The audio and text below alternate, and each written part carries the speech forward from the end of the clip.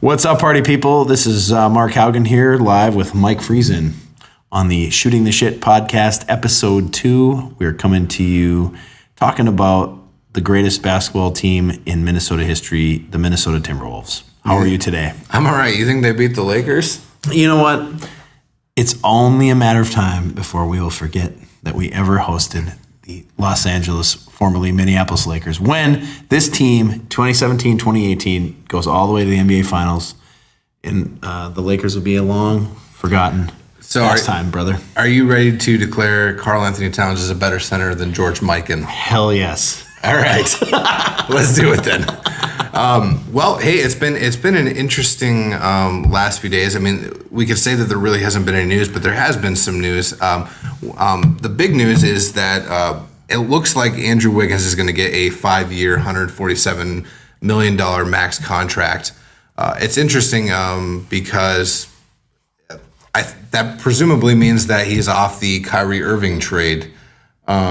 What do you think about that? That would be great. I'm done with Kyrie Irving. Let's just put it to bed right now. I don't want Kyrie Irving. I mean, hell of a basketball player. Yeah. But you know what? We have more than just his ego and his world and his. Is it Larry Drew? What's the guy's name that he plays? Remember the commercial where he's playing street ball? Yeah. Uncle Larry, Uncle Drew. That was his name.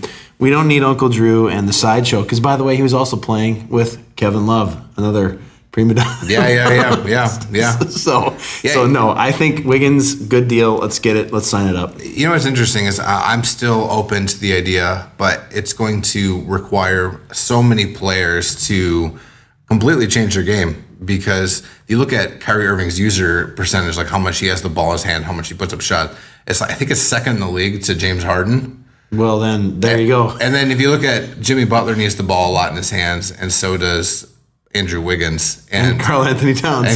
So there's only one ball, and Kyrie Irving isn't interested in playing defense. I'm not shutting down the idea. At the end of the day, Kyrie Irving is a better point guard than Jeff Teague, but I'm a Teague fan. Let's see where this goes. The pros. Let's talk about the pros, okay?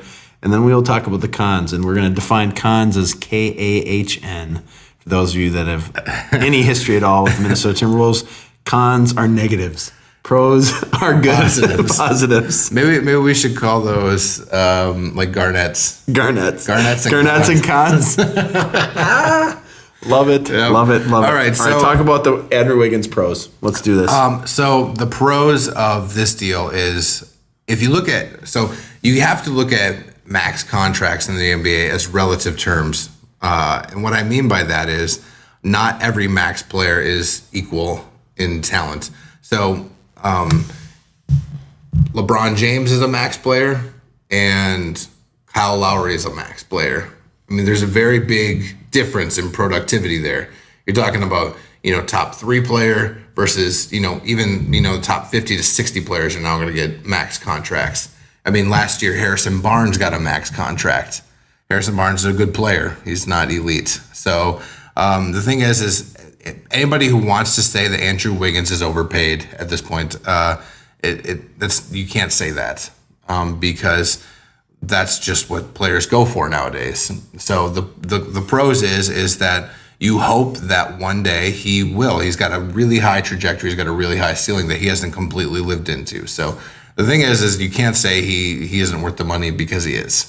Right, and his ceiling is so high. Yeah, the guy has the ability to do what Kobe Bryant does, and to do what Michael Jordan did, and in his own little way, when he turns it on, the guy is unstoppable. He is, but he doesn't necessarily harness it all, for more than 48% of the game. Yeah, right? If you look at the truly elite scorers in NBA history, I mean, you have to put Andrew Wiggins up there.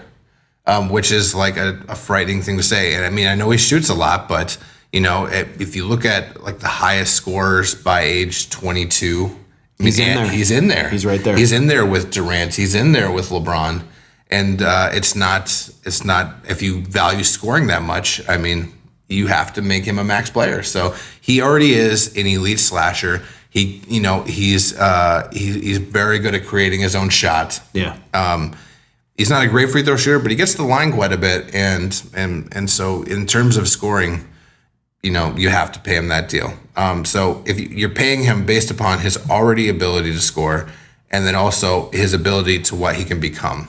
Right. But the cons are this, and again, cons, KAHNS, are that when you give a player like this, that kind of a deal, will he actually live into it, or will it go the opposite way where, hey, I'm paid and I'm good and I can lollygag? Now, Right. I don't think that will happen, but it certainly could. Yeah, so I actually got into a little spat with a guy on Twitter last night on our on Shoot Shit B-Ball. That's our Twitter.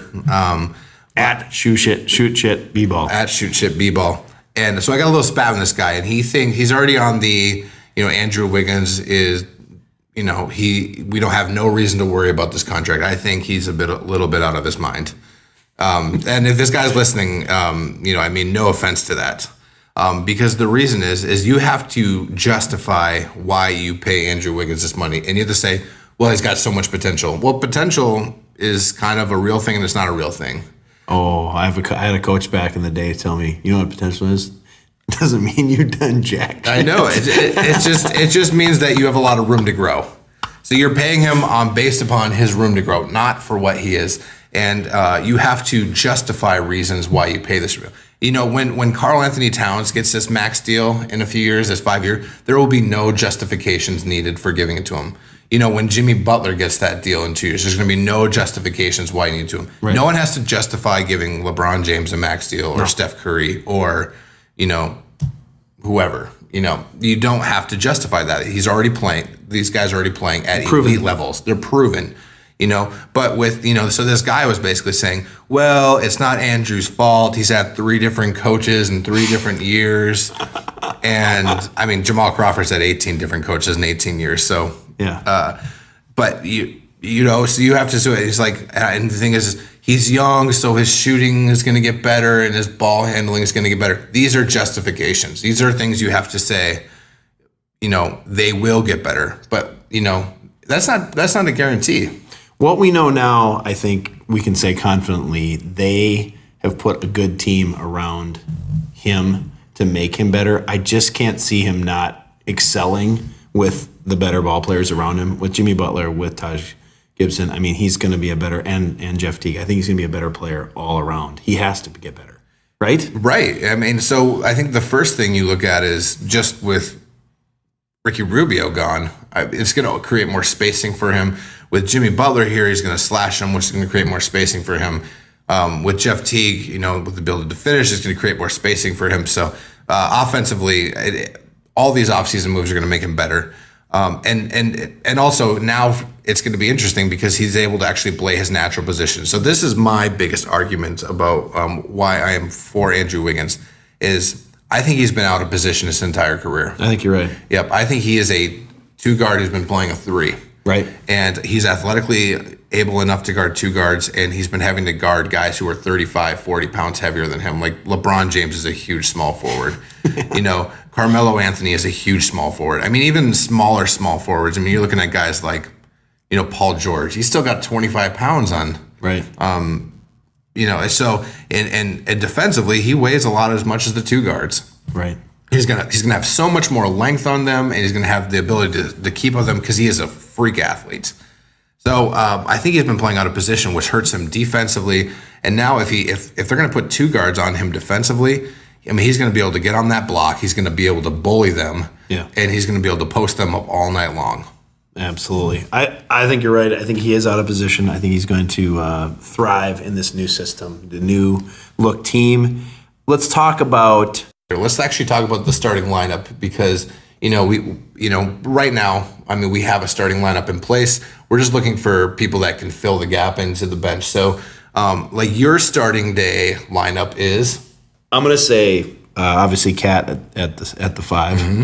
Then you've got Taj at the 4. Mm-hmm. You've got a Butler at the 3, Wiggins at the 2, and Teague at the 1.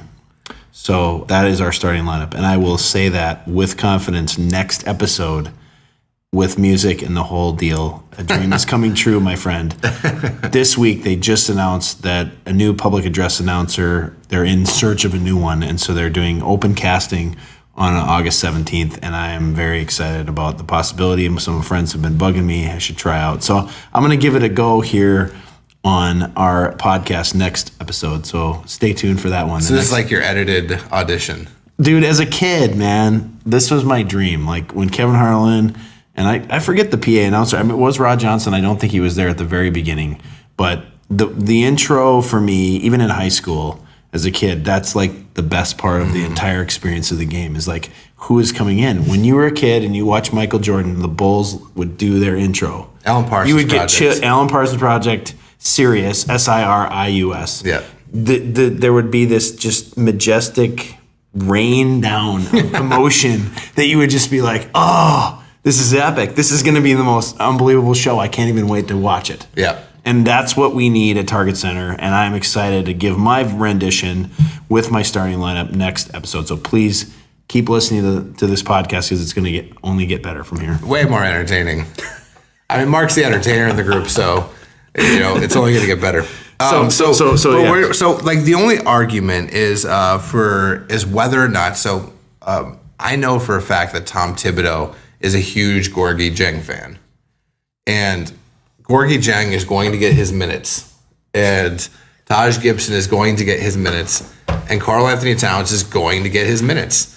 So the big reality is in his whole tenure at Chicago, Taj Gibson didn't start for the Chicago Bulls. I mean, he was first off the bench, right? He was. He backed up Boozer and he backed up Powell. Okay. So, is that a role that Tom Thibodeau feels comfortable in? Is he comfortable keeping, Gorgui Dieng at the 4? Now, granted, I don't see Cole Aldrich getting any minutes this year. And $7 million. Thank you very much. Well, last year. I mean, come on, man. Next year's only. Come on, man. So okay. So Gorgui Dieng. Why is Gorgui Dieng? Why do they love Gorgui Dieng? Tell me the truth. He's a glue guy. He's the guy who he'll set the picks. He'll get down low and he'll get good positioning for rebounds. He hits every open jump shot. Is it Jim Pete? I mean, who's keeping him on the floor? There's got to be. Thibodeau loves him. Why does he love him? Because he sets good screens. He does everything right behind the scenes. Yeah. So we could go off about Gorgui Dieng, but I just don't know. I think you kind of like him, actually. You think so? you talk about him a lot. Well, so here's my thing with Gorgui Dieng is I think Gorgui is a very good player, and unfortunately, he's a center. He's a very good player who should be playing for another team. And if he played for another team, I would love him a lot more than I do now. And I just don't like paying a guy $14.1 million for a guy who should be a backup center. Right. For this team. For another team, I mean, if you look at the contracts, like last year, like Moskov got $16 million. I don't even know how to pronounce it. Mahinimi but he plays for the Wizards. He got $16 million. I mean, it's just a ridiculous amount of money. Gorgui Dieng is better than both those guys. I mean, Gorgui Dieng is kind of like in that Ricky Rubio position of centers in the league. Really good at some stuff, really bad at others. Yeah, I mean, he's frail. I mean, he gets bullied around the block, but he's got good timing. He does know how to block shots. He's not a good help defender. He's extremely slow. But you know what? He is a very good spot-up shooter. That's true. That's true. So, he's no Karl Anthony Towns, and he shouldn't be getting the minutes he does in my eyes. He's not a 4. He's too slow to guard him.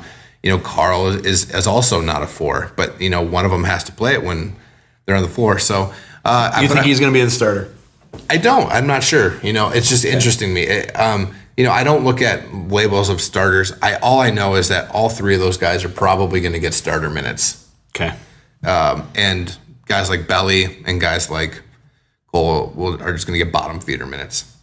Because even Thibodeau's talked about that he sees a lineup this year of Jeff Teague, Jamal Crawford, Andrew Wiggins, Jimmy Butler playing the 4, and then Karl Anthony Towns playing the 5. And his rationale is try and guard that. Right. So it could be interesting seeing, Jimmy Butler try to guard Pau Gasol. It could happen potentially. Well, Pau is aging, so He is. He's not as quick as he wants. He's got a 3 or $48 million deal though with San Antonio. Jeez, unbelievable. Speaking of that, so let's talk about the available free agents because we've got some holes on the back end of our team. We do. Tell me about that. So who do you think we're going to grab? So I think from what I've heard, we're going to grab at least 3 more players. And we've signed some guys to like D League, or I don't know if it's G League or D League. I know in the past it was D League. I've seen people. G League? Is it G League now? I don't know. You tell me. I don't know. Never heard this. I've heard people like say it's the G League, but I don't know.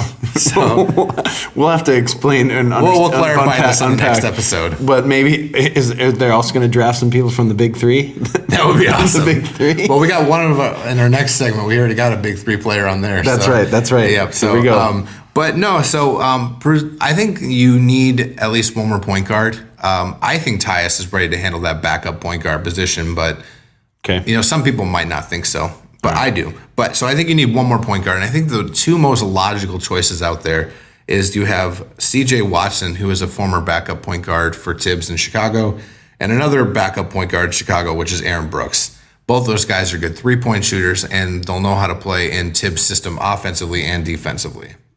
Brooks, it'd be better to have Brooks on our team than as an opponent because he kills us every time we play. It's like him and like Ty Lawson always kills us. Ty Lawson, don't even get me started. Yeah, Can't stand that guy. He's still a free agent, although I've heard, he said that he's going to go to China, then he retracted it. So if Ty Lawson wants to come here, I'm completely game. I'll be with that too. Sounds good. Yep. So there's a couple of wings out there. One we kind of have to laugh about because we'll talk about it. But so the first 2 are Tony Allen and Mike Dunleavy Jr. So you're looking at 2 very, very different opponents. Would you have a preference of those 2? I would take Dunleavy because we need a shooter. Mm-hmm. We just need somebody to stand in that corner and pretend to be Kyle Korver. Yeah, pretend. Just saying, we got to have somebody that at least remotely can just knock it down. It's interesting. I saw this report on Kyle Korver. He is one of the worst plus-minus players in the league. So when he's out there, I mean, his teams suck. But he scores. But if you look at it, like the negative is far outweigh the positive. So I get it. I get it. So, so you're saying Tony Allen? I'm not saying. Well, my preference is Tony Allen. But if they sign Mike Dunleavy Jr., I'm not going to complain because I mean, as far as like a 9th, 10th guy, he's fine in that role. But for Tony Allen, I would have a caveat attached to that, and I said, you do not leave Andrew Wiggins' side until he plays defense. There's that. I will give you that. I just don't want the final scores of every one of our games 82-78. Come on. Mm-hmm. Let's move the ball. It's about watching the game. Are you worried about that? A little bit. Obviously we can score, but we just can't play. It's all about defense. It is about defense. But as an NBA experience and a fan, that's part of the Ruby Obo-ness that I had was like I love it was like up tempo. We would lose 118 to 112. Yeah. So I don't know. But I guess can you have it both ways? But like if you 102 to 90. If you look at like the starting lineup, you're probably going to get 20 to 25 from Cat, 20 to 25 from Butler, 20 to 25 from Wiggins.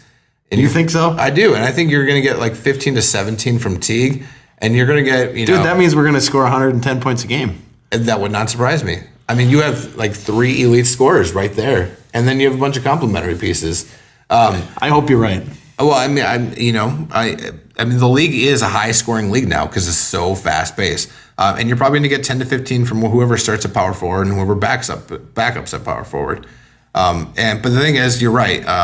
The game is minimalized when you don't have that spacing on the floor, and I get the rationale for wanting to sign a guy like Kyle Korver or Mike Dunleavy Jr.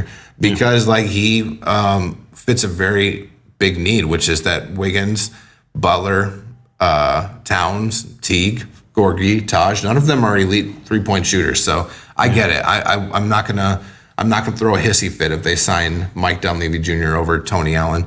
Just as I'm not gonna throw a hissy fit or a parade if they sign Tony Allen over Mike Dunleavy Jr. So the last piece in here, this guy, it's kind of funny that I bring that. To me, it's funny that he's being brought up because he was offered a deal by us last year. Is Shabazz Muhammad is still he's available. Let's do it. You want to do it?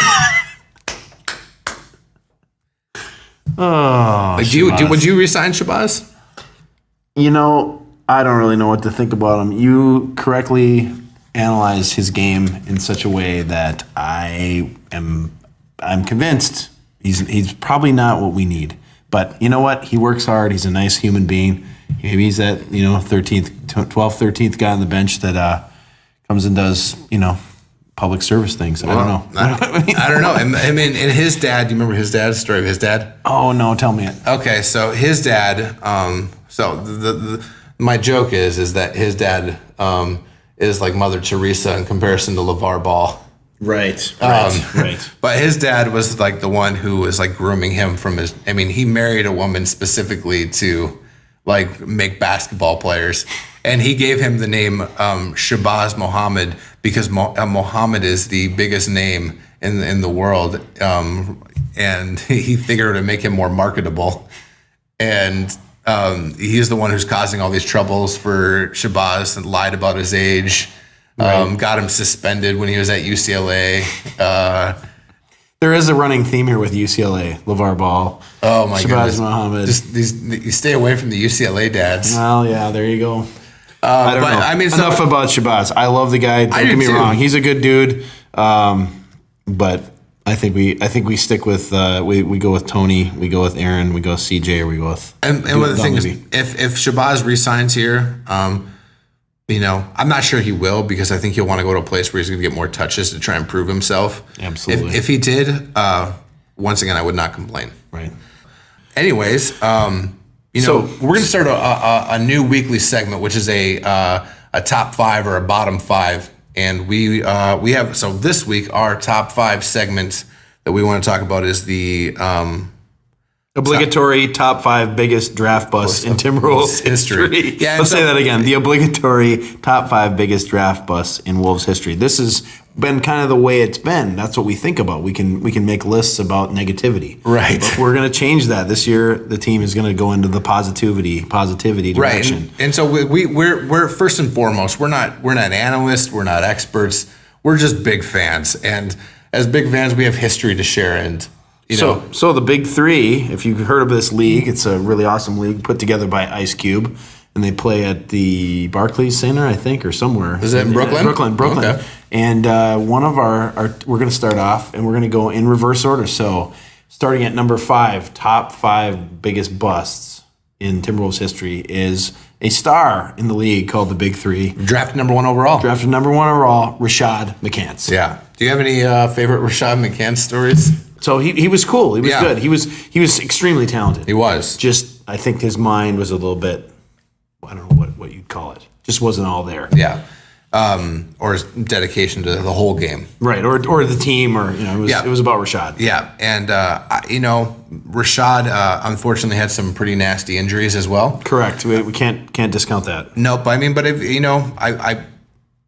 terms of draft busts, if you don't throw in injuries in there, you can never put a guy like Greg Oden as like the biggest draft bust in NBA history. So you have to throw the injuries in there. Right. I mean, Rashad is freakishly talented, but because of injuries and because of ego, it just didn't work out. So, so our number 4 that we have is the favorite of the David Kahn era. Well, we could play the audio right now. I was in the building. I remember being at Target Center.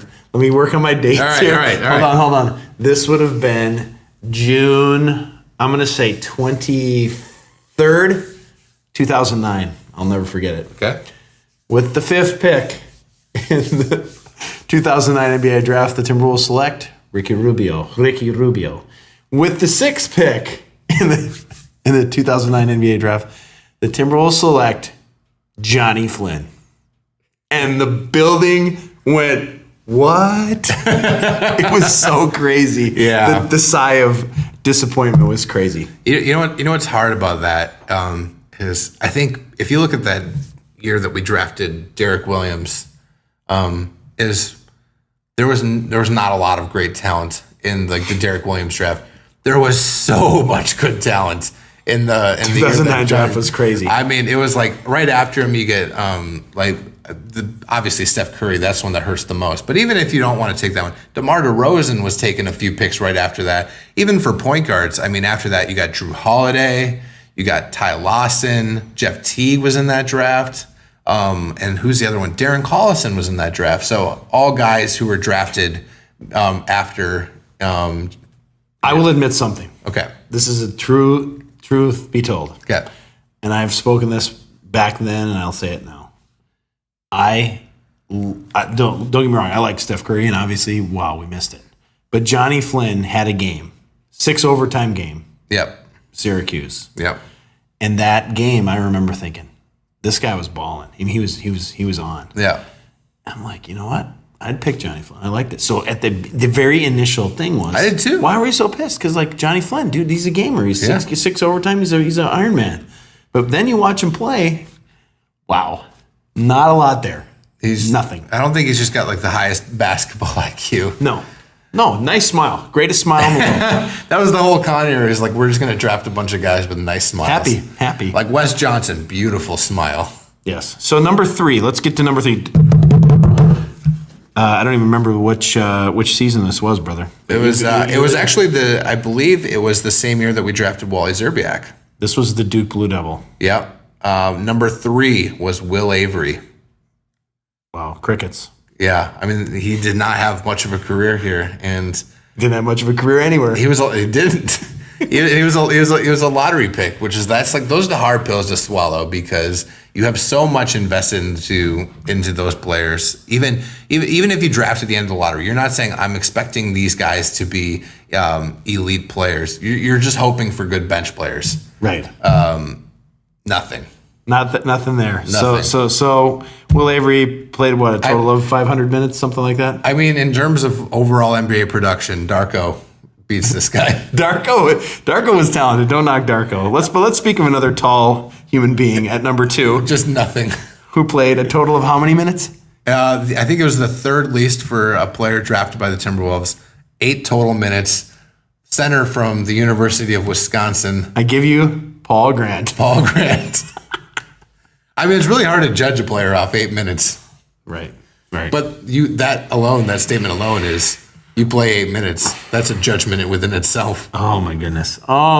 Well, you guys having fun with these draft busts, everybody? We're having as much fun. We've never smiled more in our lives than we're talking about the Timberwolves' great draft bust. But we can't go any farther without introducing number 1, the greatest draft bust in Timberwolves history. And with the help of the great David Stern, here it is. 2003 NBA Draft. The Minnesota Timberwolves select Dudi Eby from England. Dudi Eby. Ladies and gentlemen, Dudi Eby. Dudi Eby. Oh, man. I don't know. How old were you then? What year was that?